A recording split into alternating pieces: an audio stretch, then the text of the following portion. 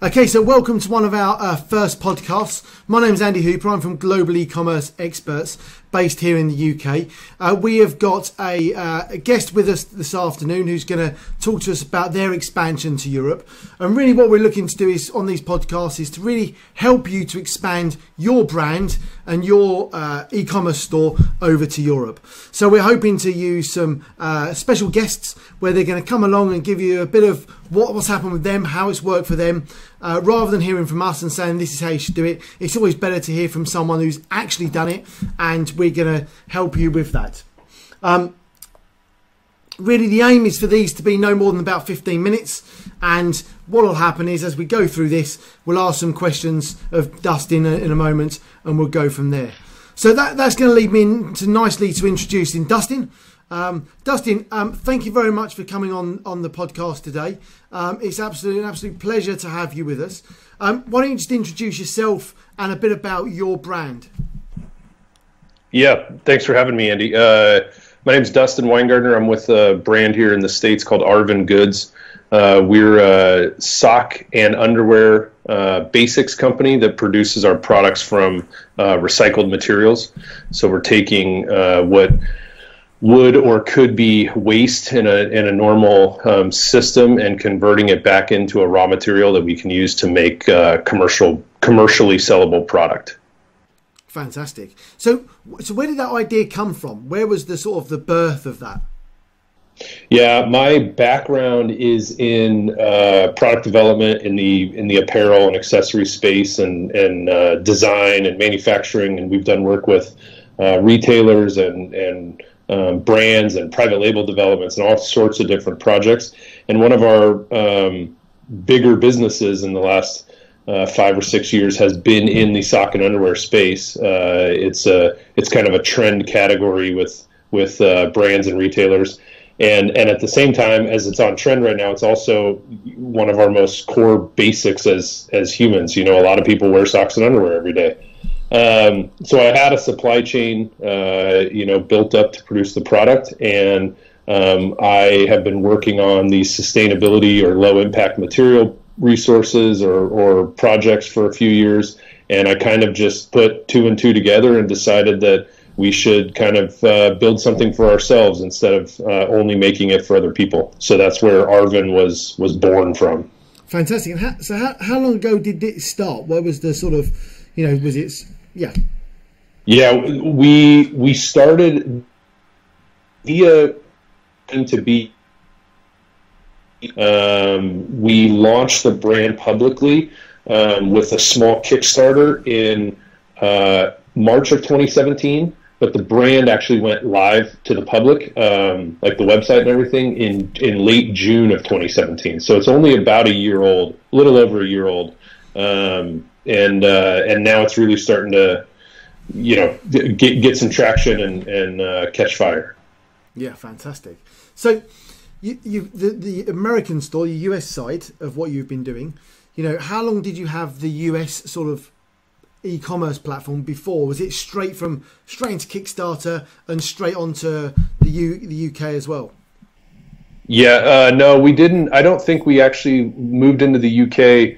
Or we met, your guys' company until to kind of the tail end of 2017. So we had 3 or 4 months of activity before we went into that expansion, and that expansion actually came via our Amazon store in the U.S. and looking at how we could expand that reach using their infrastructure, but getting it over to other markets, because the story is really strong, and we knew that people would react well to it.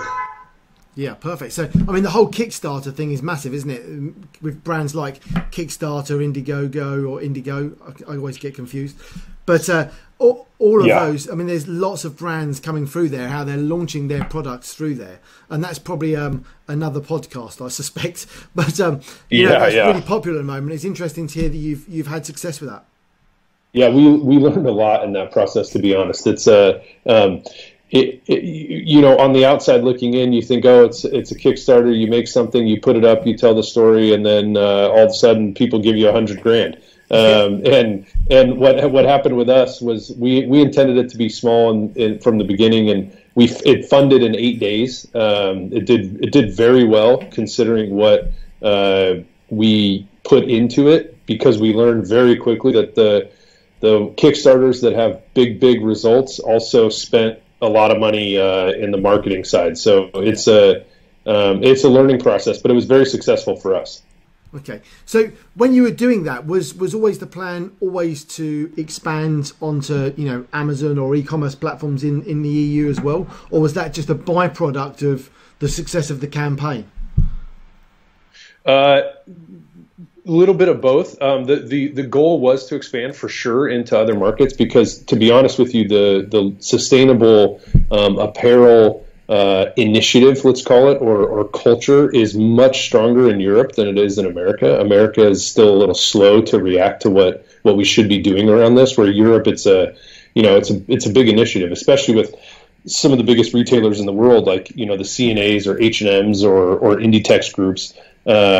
So we knew that what we had would be something that's interesting in the European market. Yeah. The goal of the brand from the beginning is to be our future state is 80% direct to consumer revenue. We want to be, and direct to consumer, whether that's even on Amazon or a third party platform, let's call it. Yeah.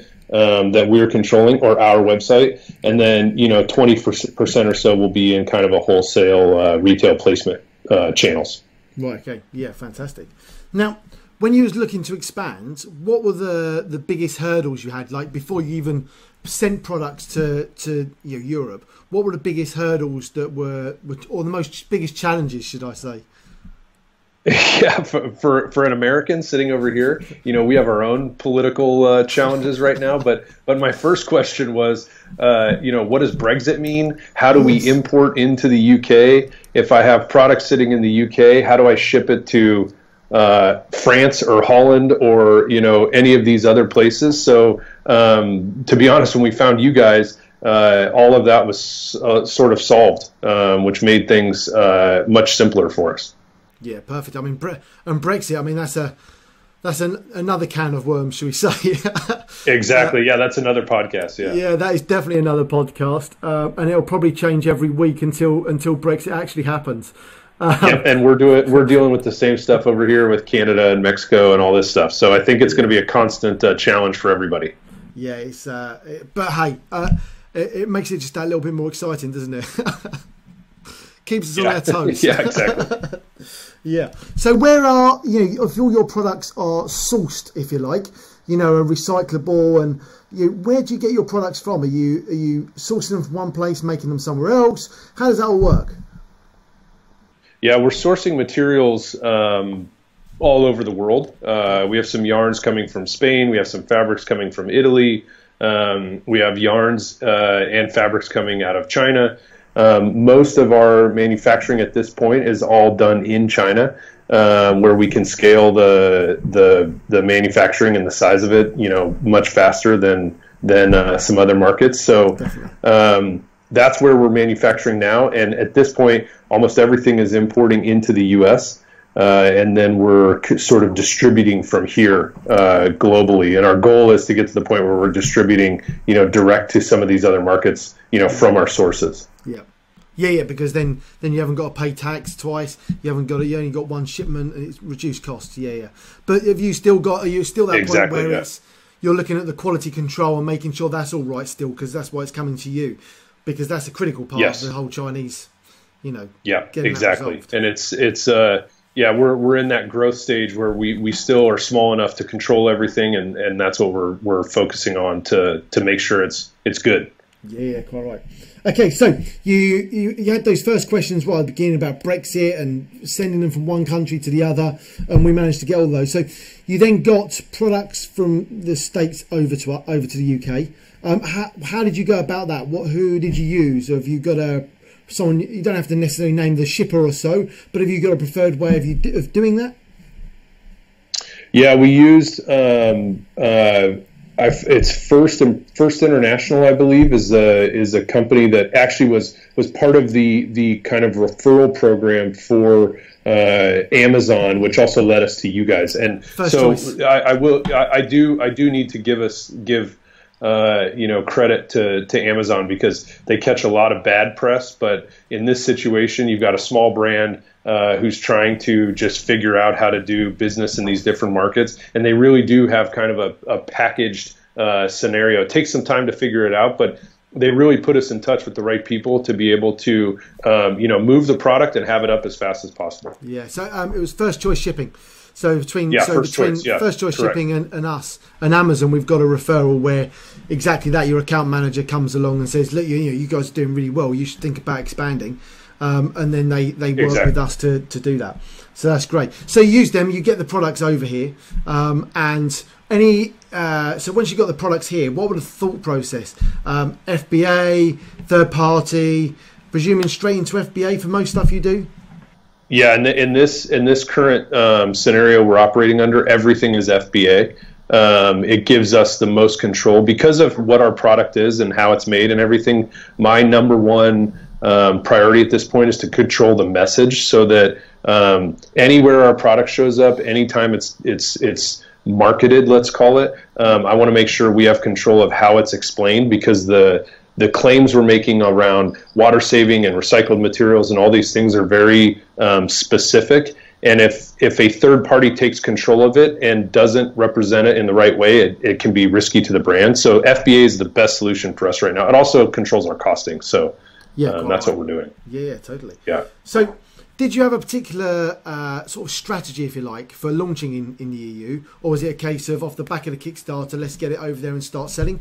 Have you put a strategy in place to say, in the EU, we want to be doing this, this is how we're going to do it, and put something in place? Yeah, to be honest, no. We have a plan to expand in the EU, but with the size of us at this point and how small we are, I wanted to get it in the market. And we had a lot of inquiry from Kickstarter. We had a lot of EU purchases, and so we have inquiries still on our social media or on our website from people in the EU, and obviously shipping from here to them, one pair of socks or two pairs of socks or underwear is quite expensive. So putting it up through the Amazon platform gave us a way to deliver to those people without astronomical pricing. Yeah. But I will, I can tell you that if it expands, or as it expands and grows, this system and Amazon, the potential is gigantic. But it requires a focus. You need an employee focused on how to manage and expand these categories, and that's kind of our next step, is now get someone in here that can really focus on this and drive it. Yeah, because that's you're driving one area of the business, you then need somebody else to drive the other area of the business, because you can't split yourself in 10 different ways, unfortunately. Yeah. What did you find was the most sort of the biggest difference between the European market, if you like, and the American market? Now, I appreciate you already said earlier you felt the European market was better suited to your product to a degree. Just a bit about that. How what do you think the differences are between the markets? Yeah, I think the for what we're doing, the consumer in Europe is more informed. There's more information about sustainability and low impact materials and what we're doing to the environment. If you look at places like Scandinavia, they're making political focus around recycling and things like this, and Europe as a whole is more informed than the U.S. market. So that naturally created an interest in the market that I wanted to capitalize on, obviously. Yeah. But the biggest challenge, to be honest, as a stateside brand, is figuring out, how to price it and how to factor in all these currency changes and fluctuations and all that. So it's exactly, yeah, and VAT and what am I responsible for? What's the customer responsible for? Yeah. So that's kind of the headache, as you will, that comes along with it. Yeah. I mean, again, the VAT, we'll have a separate podcast on VAT, because that's another interesting topic that we need to nail out, because it's a big question. Obviously, we look after the VAT, and it's one of those things where people constantly ask, what's the difference between flat rate, standard rate? What am I liable for? How do I price my goods? They're pretty simple questions, but actually, it's not necessarily a simple answer. So, and I think you just alluded to that.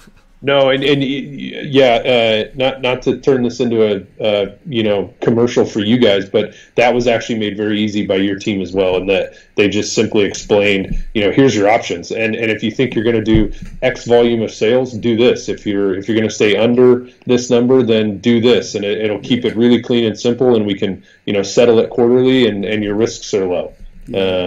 And that's the key at this point, is because I don't want to take any risks in another market where I'm liable for something. No, quite right. So, is there any sort of myths you've come across about the whole Europe thing? I've heard some over the past, but is there anything specific you came across of when you expand to Europe, this and that? Is there any sort of myths you came across? No, I haven't had any issues. I do have, to be fair, my background in this business, I've worked with multiple European companies, so I have some experience. I wasn't coming into this completely blind to what was happening. Yeah. So it actually went fairly smooth. And at this point, we need to get. I'm at the point where we're about to go into the holidays, and we need to get some expanded product up over there, and so it needs some work on my side. But no, nothing too crazy. Yeah. Okay. Now, so if you had, so this is like my key bit really is if you've got one piece of advice you'd give someone that's looking to expand, one thing that you need to do this, or you need to think about this before you expand. What would it be? What's that sort of what I'd call a critical success factor to making that happen? Yeah, it's having the right partner. It's finding someone like you guys who can simplify what is a gigantic puzzle for someone who's coming from another country trying to figure out like you said, all these details of VAT and import export. Once it's in the UK and I sell it to Spain, what happens? It's so. Unless an entrepreneur like me has the time to go figure all this out on their own, then the best decision you can make is find a partner who can take care of it for you. Yeah, I mean that's taking the shortcuts.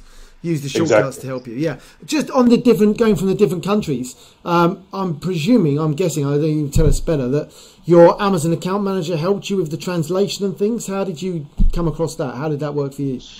Yeah, the Amazon EU team helps you set all that up. So I think, to be honest, they use like AI. I think it's literally they feed your US information through a bot that converts it into Spanish or French or German or whatever it is, and then they load it up and then it's live. It's very easy and quick, actually. Yeah.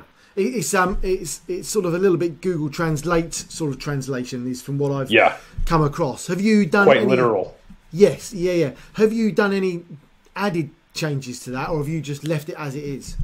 No, we've left it as it is at this point. Yeah. Some people I've talked to have then gone and changed it, but I think Google Translation works really well. So fair play. Okay, brilliant. Yeah. Well, I think we've sort of covered a lot of information there. First of all, I really want to say thank you very much for giving up your very valuable time to help other people and share your knowledge. Is there anything else you wanted to, advice you wanted to give to anyone else, or anything specific you thought of that would be key for people to know? Yeah, I don't think I have anything specific other than to, we do, no matter what the politics of the day are, we do live in this kind of global market, and there are these platforms such as what you guys are providing or Amazon is providing that can allow you to get your brand into these other markets that traditionally would have, you would have had to spend a lot to get your brand up in a European marketplace. So I would say, explore them and take advantage of them and grow your brand as you can. Excellent. Well, thank you very much. Now, if people want to hear more from you or see more about your brand, Dustin, what can they do? How can they get in touch with you? Yeah, Arvingoods, ARVINGOODS.com, Arvingoods, and it's the same on Instagram at Arvingoods. And they can check out our collections there. They can send us emails or interact with us through direct message on our social feeds. So we'd love to see you in the interweb. Yeah. Well, again, thank you very much. We really appreciate your time. There'll be another podcast coming very soon on how to expand your business into Europe. We've obviously got our social media stuff. Then get in contact with us, Global E-commerce Experts. But really, thank you very much for Dustin for an amazing time and giving up his valuable experience, both from what he's been doing now and from his previous experience before, where he's used to coming into Europe. So thank you very much. Absolutely appreciate your time, and we'll catch up with you again another time. Thanks, Andy.